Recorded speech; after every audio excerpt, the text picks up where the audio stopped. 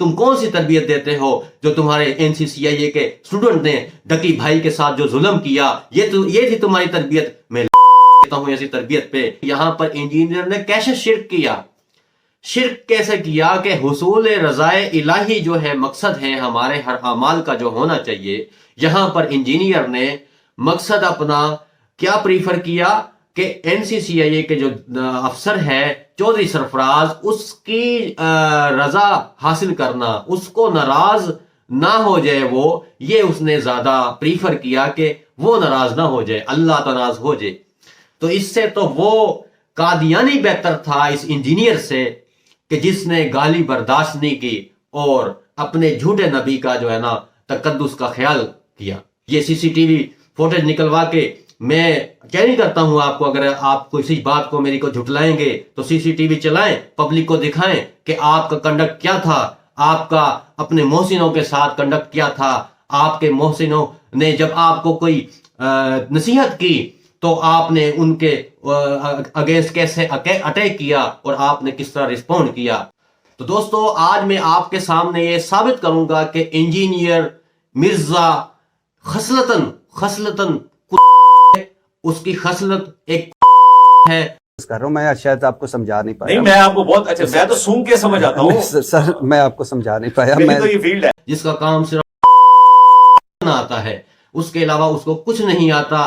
جیسے کہ ہم مثال کے طور پر کسی کو گدھا کہہ دیتے ہیں، کسی کو ہم شیر سے تشبیہ دے دیتے ہیں کہ یہ شیر ہے، یہ گدھا ہے۔ میں کہتا ہوں انجینئر مرزا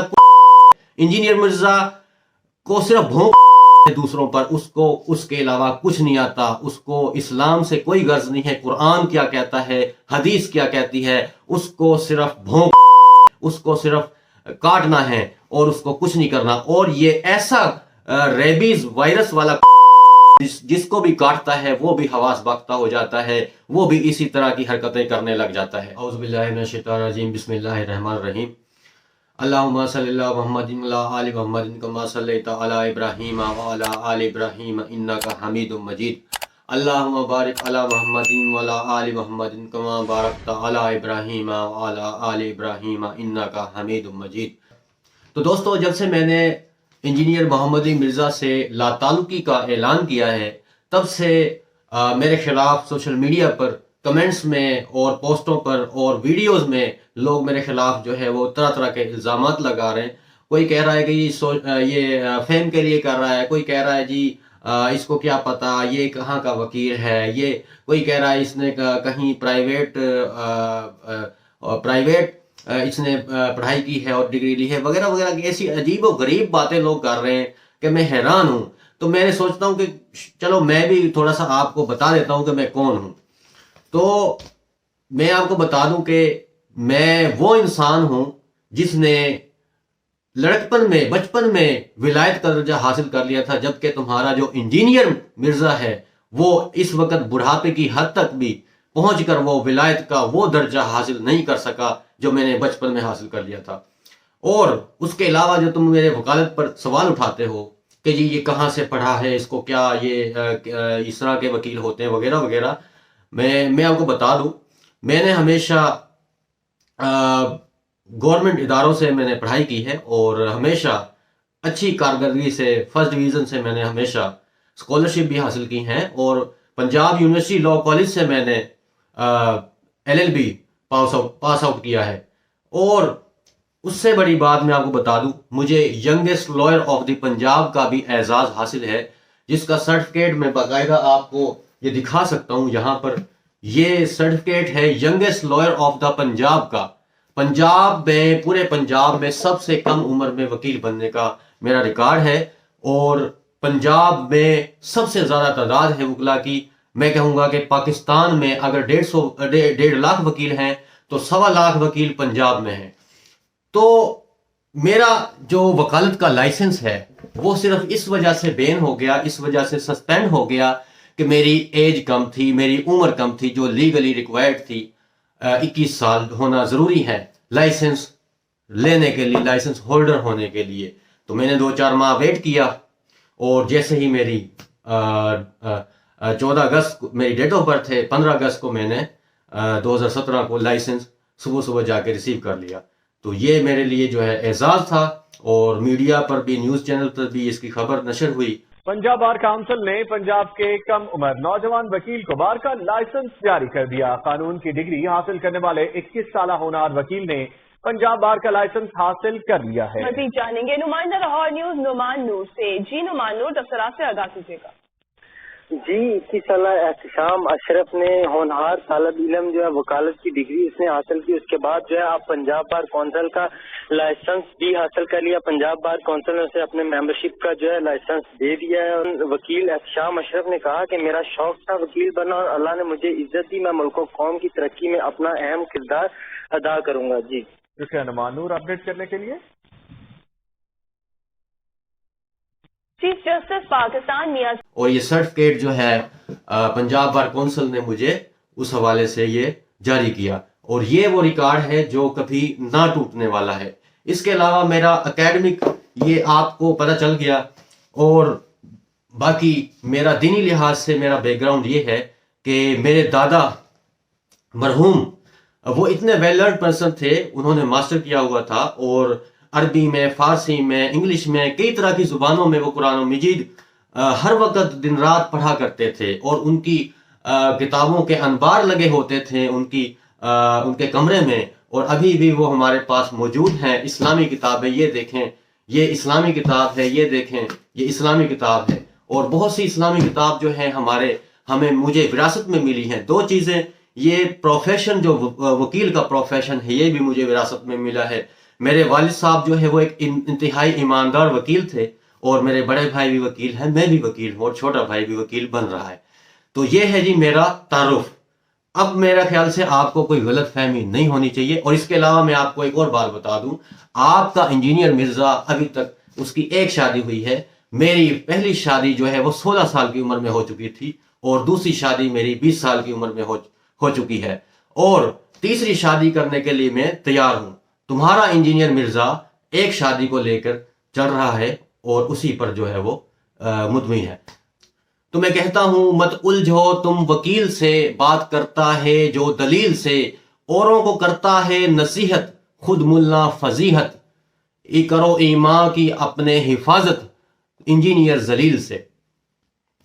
تو دوستو، آج میں آپ کے سامنے یہ ثابت کروں گا کہ انجینئر مرزا خصلتاً اس کی خصلت ایک کر رہا ہوں، میں شاید آپ کو سمجھا نہیں پایا۔ نہیں، میں آپ کو بہت اچھا، میں تو سن کے سمجھ آتا ہوں، سر میں آپ کو سمجھا نہیں پایا۔ میری تو یہ فیلڈ ہے۔ جس کا کام صرف نہ آتا ہے، اس کے علاوہ اس کو کچھ نہیں آتا۔ جیسے کہ ہم مثال کے طور پر کسی کو گدھا کہہ دیتے ہیں، کسی کو ہم شیر سے تشبیہ دے دیتے ہیں کہ یہ شیر ہے، یہ گدھا ہے۔ میں کہتا ہوں انجینئر مرزا کو صرف آتا ہے دوسروں پر، اس کے علاوہ کچھ نہیں آتا۔ اس کو اسلام سے کوئی غرض نہیں ہے، قرآن کیا کہتا ہے، حدیث کیا کہتی ہے، اس کو صرف ہے، اس کو صرف کاٹنا ہے، اور اس کو کچھ نہیں کرنا۔ اور یہ ایسا ریبیز وائرس والا کتا جس کو بھی کاٹتا ہے وہ بھی حواس باختہ ہو جاتا ہے، وہ بھی اسی طرح کی حرکتیں کرنے لگ جاتا ہے۔ تو دوستو، اب آپ سوچ رہے ہوں گے کہ میں نے کی مثال کیوں دی، کتے سے کیوں دی۔ میں یہ اس لیے نہیں کر رہا کہ میرے دل میں کوئی نفرت ہے اس کے لیے، نہیں، میں اس کے جو اچھے کام ہیں ان کو میں اپریشیٹ بھی بہت کرتا ہوں، ان کو میں ایڈمائر کرتا ہوں۔ اس کا جو توحید کا کام ہے وہ بہت زیادہ میں اس کو اہمیت دیتا ہوں، اور یہی وجہ ہے کہ میں انتہائی بیماری کی حالت میں اس کے انویٹیشن پر اس کے اکیڈمی میں جہلم پہنچا، جبکہ میری ارشاد صاحب جو ان کے انتظامیہ ہیں اکیڈمی کے، ان سے میری بات ہوئی تھی، تو ان کا وہ کہنا تھا کہ ہم آپ کو 27 دسمبر کو بلائیں گے۔ 27 دسمبر کو میری فیملی میں، ریلیٹیوز میں ایک ایونٹ بھی تھا، جس کو میں نے انکار کر دیا اپنے رشتہ داروں کو کہ میں نے تو وہاں پر جانا، جہلم میں جانا ہے۔ تو کیوں؟ میرے دل میں قدر ہے اس کے لیے، اس لیے اب چونکہ 25 دسمبر کو بھی چھٹی تھی تو انہوں نے ہمیں 25 دسمبر کو بلا لیا، تو میں چلا گیا، اور وہاں جا کر جب میرے سامنے تمام وہ انکشافات ہوئے، اور میں نے سب اپنی نظروں سے دیکھا، اپنے کانوں سے سنا، وہ سب حال میں آپ کے سامنے بیان کروں گا، اور میرے سامنے حقیقت واضح ہو گئی، اور میرے لیے ممکن نہ رہا کہ میں اس بد اخلاق، بدتمیز، بد تہذیب، بد مزاج انسان کے ساتھ اپنے آپ کی خود کی وابستگی کروں۔ ایک اور یہاں پر میں آپ کو کلیریفائی کر دوں ایک چیز، جو اکیڈمی کے لوگ ہیں یا جو دوسرے لوگ ہیں جو انجینئر پرست ہیں وہ کیا افواہ اڑا رہے ہیں، وہ کیا کس طرح کی باتیں کر رہے ہیں کہ جی یہ تو احتشام کے ساتھ انجینئر مرزا نے تصویر نہیں بنوائی اس لیے یہ ناراض ہے. حالانکہ ایسی بات نہیں ہے. میری چونکہ طبیعت خراب تھی تو میں اکیڈمی کی انتظامیہ کو جب میں نے بتایا تو انہوں نے مجھے 2 پیناڈول دی. وہاں پر امیر صاحب تھے، ان کا بہت شکریہ، انہوں نے بہت، بلکہ انتظامیہ جو ساری تھی اکیڈمی کی، انہوں نے بہت عزت دی، بہت احترام دیا. اور وہاں پر ایک بھائی تھے، دوست تھے، کیا نام تھا ان کا، ابرار، بہت زیادہ انہوں نے مجھے میرا خیال رکھا. میں چھت پر مجھے بھیج دیا اکیڈمی کی دھوپ میں، وہاں پر میں آرام کرتا رہا. جب میری طبیعت کچھ سازگار ہوئی تو میں نیچے آیا تو میں نے دیکھا کہ تمام جو پوڈ کاسٹ ہے وہ ختم ہو چکی ہے، اور تمام جو لوگ ہیں، بعد میں مجھے پتہ چلا کہ وہ تصاویر بھی بنوا چکے ہیں انجینئر کے ساتھ. جو تمام وکلاء کی ٹیم تھی وہ جو ہے ان کی تصاویر بھی بن چکی تھی، میری نہیں بنی تھی. اب میں یہاں پر میں بڑے مزے کی آپ کو بات بتاؤں، میں سوچ رہا تھا کہ یار میں تصویر میری مس ہو گئی، اب اس میں نا کوئی بہتری ہوگی اللہ کی، اس میں کوئی نا ضرور بہتری ہوگی. میرے ساتھ یہ بہت دفعہ ہوتا ہے. میں سوچتا ہوں جب میری کوئی چیز مس ہو جاتی نا، کوئی چیز میرے ہاتھ سے اس طرح مس ہو جاتی، میں سوچتا ہوں کہ ضرور اس میں کوئی بہتری ہوگی، اور مجھے بعد میں وہ میرے سامنے چیز آتی ہے، اس میں اللہ کی اتنی بہتری ہوتی ہے کہ میرے حق میں وہ بہت زیادہ بہتر ہوتا ہے. اور یہاں بھی یہی ہوا کہ دیکھیں جب میں سارا کچھ میں نے یہ دن میں دیکھا، میں وہاں پر 11 بجے پہنچ گیا تھا، اور واپسی تقریباً وہاں پر 6 عشاء کی نماز پڑھتے، 2 نمازیں جو ہے ظہر عصر اکٹھی پڑھی تھی انجینئر کے پیچھے میں نے، اور مغرب عشاء یہ بھی پڑھ کے پھر وہاں سے ہم نکلے تھے 6 بجے. تو یہ جناب میں آپ کو وہاں کی ہر بات، کوئی اور طرح کی باتیں بھی ہیں وہ تو میں آپ کو فی الحال نہیں بتا رہا، لیکن میں آپ کو بتدریج جیسے جیسے مجھے ان کے ساتھ وہ اختلافات ہیں، کس طرح ہم وہ پیدا ہوئے اور کس طرح میرے سامنے چیزیں آئیں، میں سارا آپ کے سامنے رکھتا ہوں. تو دوستو، جیسا کہ آپ سب کو معلوم ہے کہ پوڈ کاسٹ شروع ہونے سے پہلے کچھ سوالات جو ہے وہ بتائے جاتے ہیں. جی یہ ہم سوال کریں گے، اس طرح کے میں سوال کروں گا اور اس کے آپ نے جواب دینے ہیں. ارشاد بھٹی صاحب، جو کہ ہمیں نہیں تھا پتا کہ وہ انوائٹڈ ہیں، وہ آئے اور انہوں نے اپنی بڑی تیاری کی. کافی دیر تک وہ جو ہے وہ تیاری کرتے رہے اور سوالات لکھتے رہے اپنے. جب وہ انجینئر صاحب آئے تو انہوں نے سوالات ان کے سامنے رکھے کہ میں یہ سوالات پوڈ کاسٹ میں آپ سے کروں گا. تو ان میں سے ایک سوال یہ تھا ڈکی کیس، ڈکی کے بارے میں، ڈکی کے ساتھ جو ظلم کیا NCCI کے افسر چودھری سرفراز جو ڈائریکٹر تھے NCCI کے، ان کے بارے میں انہوں نے کہا کہ میں ان ڈکی کے بارے میں آپ سے سوال کروں گا، ڈکی کیس کے حوالے سے جو اس پر ظلم ہوا ہے. تو وہاں پر انجینئر مرزا نے کیا جواب دیا؟ اس نے کہا جی کہ اس افسر نے تو مجھے بڑا ریلیف دیا ہے، اس نے تو مجھے بڑا فائدہ پہنچایا ہے، اور میں تو اس کے خلاف بات نہیں کروں گا. ہمارے ایک اسٹوڈنٹ ڈائریکٹر لیول کے، وہ پاکستان کے ایک ڈومیننٹ سٹی میں اس وقت ڈائریکٹر تھے، ان کے پاس کتنی اپلیکیشن گئی کہ 295B اور C کاٹی جائے انہی عالم دین کے اوپر، توہین قرآن اور توہین رسالت میں. انہوں نے وہ اپلیکیشن ان کے منہ پہ ماری کہ میں کسی عالم دین کے اوپر اس قسم کی نہیں لگنے دوں گا. اور یہ بات انہوں نے مجھے خود بتائی اور کہتے ہیں دیکھ لیں انجینئر صاحب یہ آپ کی تربیت ہے. تو انجینئر مرزا نے NCCI کے افسر کی جانب سے ڈکی پر ظلم کے خلاف بولنے سے منع کر دیا، جبکہ قرآن اس حوالے سے کیا کہتا ہے، اللہ تعالیٰ کا کیا فرمان ہے. سورہ نساء کی آیت نمبر 135 میں اللہ تعالیٰ فرماتا ہے، جس کا اردو ترجمہ میں آپ کے سامنے سناتا ہوں: اے ایمان والو، انصاف پر مضبوطی سے قائم رہنے والے بن جاؤ، اللہ کے لیے گواہی دینے والے، اگرچہ وہ گواہی تمہارے اپنے خلاف ہو یا والدین اور قریبی رشتہ داروں کے خلاف ہی کیوں نہ ہو، خواہ وہ شخص امیر ہو یا غریب، اللہ دونوں کا زیادہ حقدار ہے. بس خواہش نفس کی پیروی نہ کرو کہ انصاف سے ہٹ جاؤ، اور اگر تم بات کو گھما پھرا دو یا گواہی سے منہ موڑ لو تو بے شک اللہ تمہارے اعمال سے باخبر ہے. تو ادھر انجینئر نے کیا کیا کہ اس افسر کی ناراضگی نہیں لی، اس کو ناراض نہیں کیا، اس کے خلاف بات نہیں کی، اس کے ظلم کے خلاف، اور اللہ کا جو فرمان ہے، اللہ کے فرمان کی حکم عدولی کی، اللہ کو ناراض کیا، بندے کو راضی کرنے کے لیے اللہ کو ناراض کیا۔ اور یہاں پر ایک اور چیز میں آپ کے سامنے وضاحت کروں کہ یہاں پر انجینئر نے کیسے شرک کیا۔ شرک کیسے کیا کہ حصول رضائے الہی جو ہے مقصد ہے ہمارے ہر اعمال کا جو ہونا چاہیے، یہاں پر انجینئر نے مقصد اپنا کیا پریفر کیا کہ NCCIA کے جو افسر ہے چودھری سرفراز، اس کی رضا حاصل کرنا، اس کو ناراض نہ ہو جائے وہ، یہ اس نے زیادہ پریفر کیا کہ وہ ناراض نہ ہو جائے، اللہ ناراض ہو جائے۔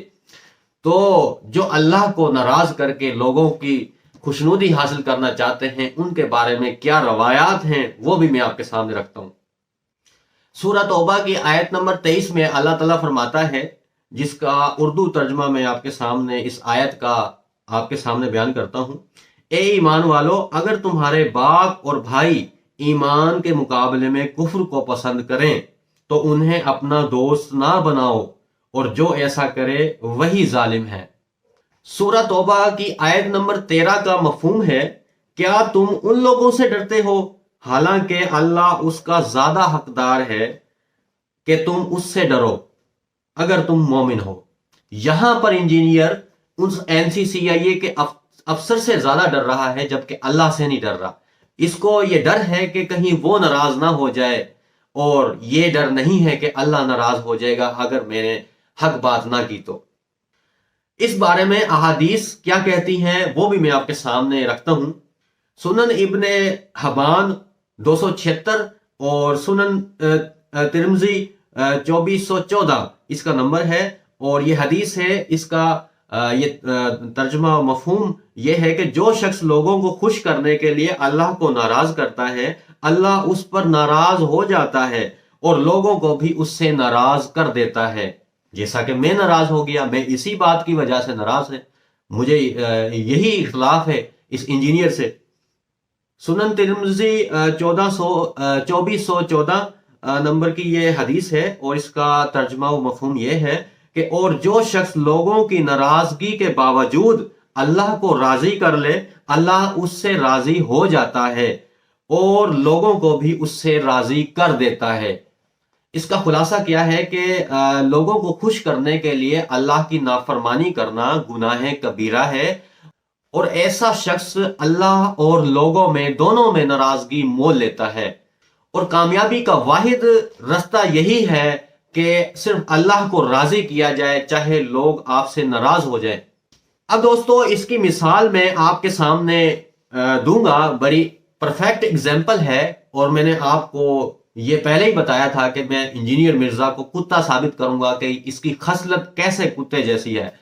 تو دوستو، اس حوالے سے جو پوڈ کاسٹ ہے ارشاد بھٹی صاحب نے جو کی ہے انجینئر مرزا کے ساتھ، اس میں بھی انجینئر مرزا نے تعریف کی ہے کہ بتایا ہے کہ ایک ڈائریکٹر ہے جو لاہور کے بڑے ضلع میں اس طرح جو ہے وہ اپوائنٹ تھا، اور ہمارے خلاف کافی زیادہ جو ہے میرے خلاف اپلیکیشن تھی اس کے پاس، اور اس نے ان کو داخل دفتر کر دیا اور کوئی کارروائی نہیں کی، اور وہ میرا اسٹوڈنٹ تھا، اور اس نے مجھے بتایا کہ یہ آپ کی تربیت کا نتیجہ ہے کہ قرآن و سنت کے خلاف جو ہے نا وہ قرآن و سنت کے حق میں آپ بات کر رہے ہیں، تو آپ کے اگینسٹ یہ اپلیکیشن آئی ہے، تو میں نے ان کو داخل دفتر کر دیا ہے۔ اس کا کہنے کا مطلب تھا کہ آپ کی یہ تربیت ہے جس کی وجہ سے میں نے ایسا کیا۔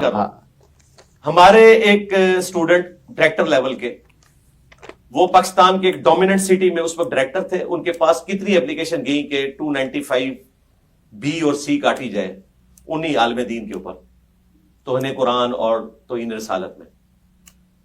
انہوں نے وہ اپلیکیشن ان کے منہ پہ ماری کہ میں کسی عالم دین کے اوپر اس قسم کی نہیں لگنے دوں گا، اور یہ بات انہوں نے مجھے خود بتائی، اور کہتے ہیں دیکھ لیں انجینئر صاحب، یہ آپ کی تربیت ہے۔ تو مجھے بتائیں کہ یہ انجینئر مرزا کی تربیت تھی جو اس نے ڈکی بھائی پر ظلم کیا اور اس کو تھپڑ مارے، اور اس کو وہاں سے جو ہے اس کو بچے کے سامنے ویڈیو کال پر اس کو جو ہے ہیومیلیٹ کیا گیا، اس کی تذہیر کی گئی، اور بچے کو کہا اس کو گالیاں دو، یہ انجینئر مرزا کی تربیت ہے یہ تربیت کی ہے تم نے اپنے اسٹوڈنٹس کی, تم بڑے فخر سے کہتے ہو کہ جی وہ میرا اسٹوڈنٹس ہے, یہ تربیت کی تھی تم نے اپنے اسٹوڈنٹ کی.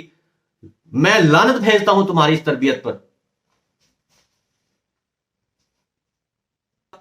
انجینئر مرزا تمہاری مثال اس کتے جیسی ہے کہ جس کو کوئی چور روٹی ڈال دے تو وہ اس چور کے خلاف نہیں بھونکتا اور اپنے مالک سے غداری کرتا ہے, اپنے مالک سے بے وفائی کرتا ہے اور اس چور کی طرفداری کرتا ہے.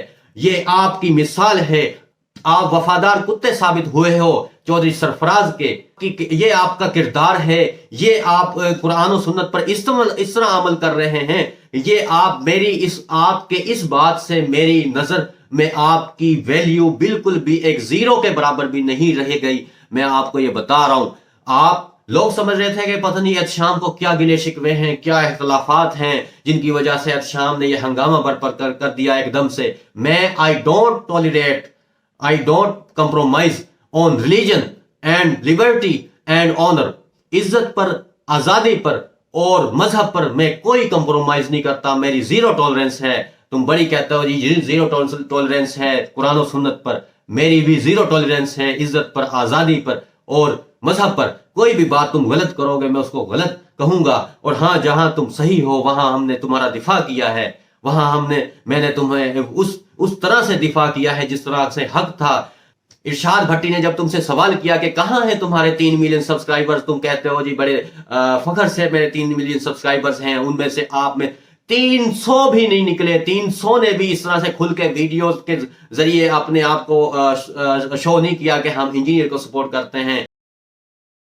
3 ملین لوگ آپ کے صرف آپ کے چینل کے ساتھ جڑے ہوئے ہیں.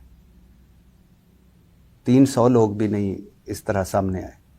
یعنی کیمرے پہ آ کے بات کرتے ہیں. ہاں نہیں, وہ میں نے منع کیا. پہلے دن سے منع کیا اور بار بار منع کیا اس وجہ سے کہ یہ بہت مشکل زندگی ہے. میں نے اپنے اسٹوڈنٹس کو کہا ہوا ہے کہ ہمارے جتنے بھی چینل چل رہے ہیں وہ اپنی نہیں حق نہیں, بات یہ نہیں, حق اور سچ کا ساتھ دینا مشکل ہے. دیکھیں یہ ملک اس چیز کا متحمل ہی نہیں ہے کہ سب لوگ میری طرح کی زندگی گزاریں. میں نے ہمیشہ اپنے اسٹوڈنٹس کو منع کیا کہ آپ نے اپنا چہرہ کون کہہ رہا ہے کہ آپ کی طرح کوئی زندگی گزارے. آپ تو آپ ہیں نا. ہر کوئی ایک دوسرے کو تو نہیں کمپیئر کیا جا سکتا, لیکن جب کوئی مشکل وقت آتا ہے تو اس وقت کھڑا ہونا چاہیے. نہیں, میں نے منع کیا, مستقبل میں منع کروں گا. اچا جی بالکل, غاروں میں نکل جائیں. نہ غاروں میں نہ نکلیں. میری ویڈیوز کے ذریعے ان کے وسوسوں کے جواب دیں اور وہ دیتے رہے. یہ کیا نہیں, اس کا کوئی فائدہ نہیں, نقصان ہوتا ہے. ہر بندہ اس کا بوجھ نہیں اٹھا سکتا, اس لیے میں نے منع کیا. کیسی بات آپ کر رہے ہیں, مجھے سمجھ ہی نہیں آ رہی. یہ آپ کو سمجھ آ جائے گی جب آپ پرماننٹلی دین کے اوپر بات کرنا شروع کر دیں گے تو آپ کو پتہ چل جائے گا یہ مشکل کا. کوئی پرماننٹلی تو میں نہیں کہہ رہا, لیکن ایک واقعہ ہوتا ہے, ایک چیز ہوتی ہے اور اس پہ پتہ ہوتا ہے کہ یہ جھوٹا الزام ہے, یا پتہ ہوتا ہے کہ دیکھیں وہ کیمرے پہ آئے بغیر تو سپورٹ کر رہے تھے نا. آپ کی ویڈیوز کون دیکھ رہا تھا؟ اگر لاکھوں میں ویوز جا رہے تھے ساروں کے تو وہ کون دیکھ رہا تھا؟ یہ ان کا جہاد ہے دیکھنا. جی بس اتنا دیکھنا, لائک کرنا, نیچے کامنٹس دیکھیں آپ نے کتنے ہزاروں میں کامنٹس. یعنی اب کیا میں ان کومنٹس کا کیا کروں؟ نہیں کیا کریں, وہ بس ایک صرف ویڈیو بنا لیں. آپ کو وہ پتہ ہے وہ جب حضرت امام حسین علیہ السلام گئے تھے کتنے خط لکھے گئے تھے, وہ بھی کومنٹس ہی تھے.